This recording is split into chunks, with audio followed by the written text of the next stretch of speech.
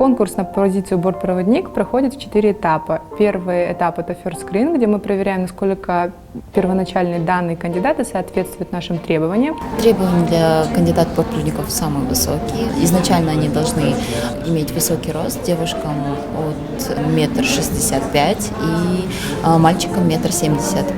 Это нужно для того, чтобы они могли закрывать полки, могли закрывать двери, так как они в будущем будут оперировать с дверьми, да, это очень важно по безопасности. Также, чтобы они могли дотягиваться до аварийно-спасательного оборудования, то есть самое главное требование – это безопасность. Первый вопрос, который мы задаем: пробовали вы ли устраиваться ранее в Air Astana? Это стандартный вопрос, который мы задаем первый раз кандидату.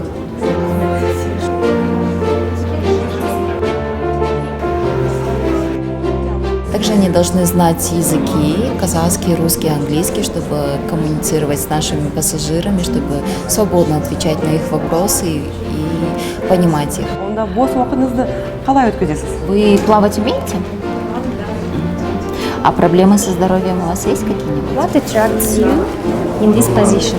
Why do you want to be a cabin crew and why Air Astana? Меня зовут Игорь Медведбай, у меня по специальности я являюсь юристом, но вот захотела поучаствовать в этом конкурсе, да, и попробовать себя.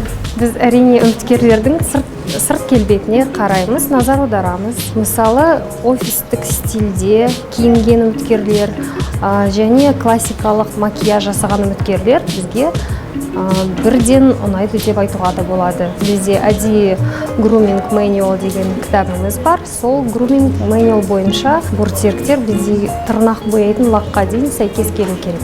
Прежде всего, кандидат должен располагать к себе. То есть, как вы знаете, улыбка, она должна с него просто не сходить. Естественно, какие-то его качества личного характера. То есть он должен быть позитивный, открытый. Человек должен быть здоровым, абсолютно готовым к тому, что у него будет ненормированный график, что работа бывает иногда на достаточно высокий уровень интенсивности. Мы проходим медкомиссию, которая достаточно объемная, достаточно серьезная. Человек должен ответственно сам подходить к этому делу, знать, что он здоровый. Второй этап – это этап тестирования по английскому и казахскому языкам. Следующий этап – этап групповых игр. И финальный этап – это индивидуальное интервью. Сервиске өте қатты көңіл бөлемін, өте маңызды деп ойлаймын. Сервисті жақсартуда Қазақстан өз үлесін қосып келеді.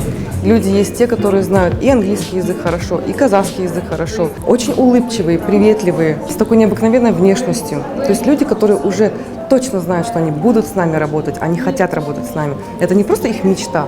То есть видно, что это уже в человеке, это призвание его быть с нами, то есть помогать людям, заботиться о них. То есть такие люди, и сегодня они у меня были. Обязательно ответственность, это внимательность, сервис-ориентированность. То есть мы обязательно смотрим, чтобы человек был не конфликтный, человек был коммуникабельный, чтобы он легко шел с людьми на контакт.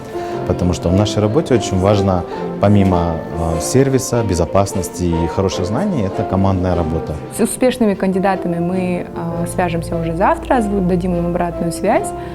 Вообще могу сказать, что интерес к позиции бортпроводник очень растет. С каждым разом людей приходит все больше и больше. Мы по возможности стараемся просматривать всех кандидатов не только в городах Алматы и Астана, но также и по регионам. Также за нашими обновлениями можно следить на нашем рекрутинговом сайте job.airastana.com, а также в соцсетях.